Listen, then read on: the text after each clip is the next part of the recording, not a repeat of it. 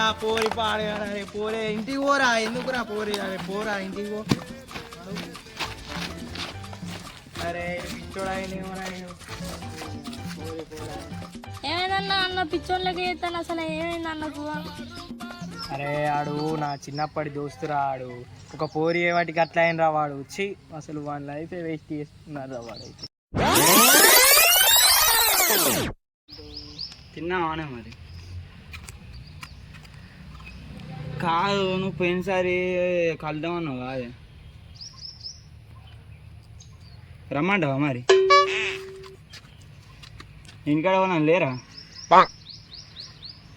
పత్తేరే వేరా మరి నేను వస్తానా మరి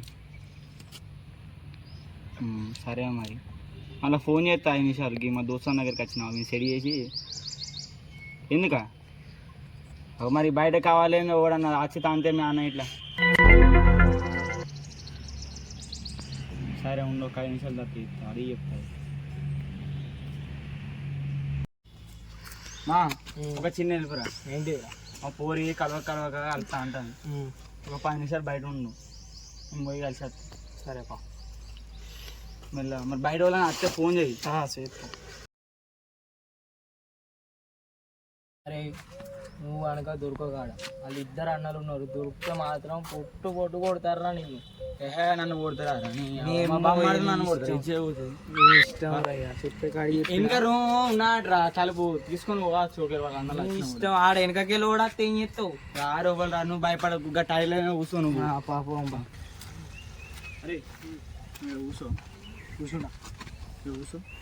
నువ్వు అత్తే ఫోన్ చేయను తొందర పోయి తొందరగా చెప్పనా మరి అదే పోయి ఏహే అత్త అని మొత్తం ఇస్తారా చెప్పనా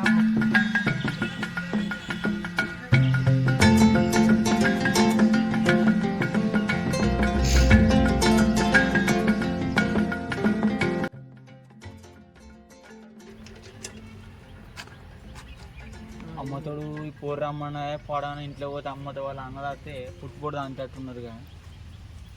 భయం కానీ పోరు బయటకు కూడా వస్తలేదు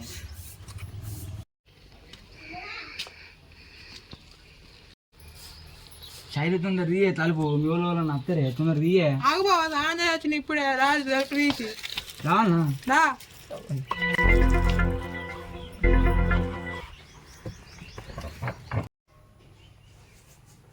కాదే ఏం చేస్తాను అమ్మ తలుపు తీయండి ఇస్తలేవు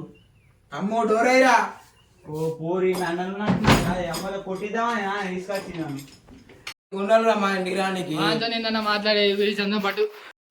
అమ్మతో మీ చెల్లెనే రమ్మన్నా అమ్మతో మీ చెల్లెనే రమ్మండి గూరం చూస్తా అంటే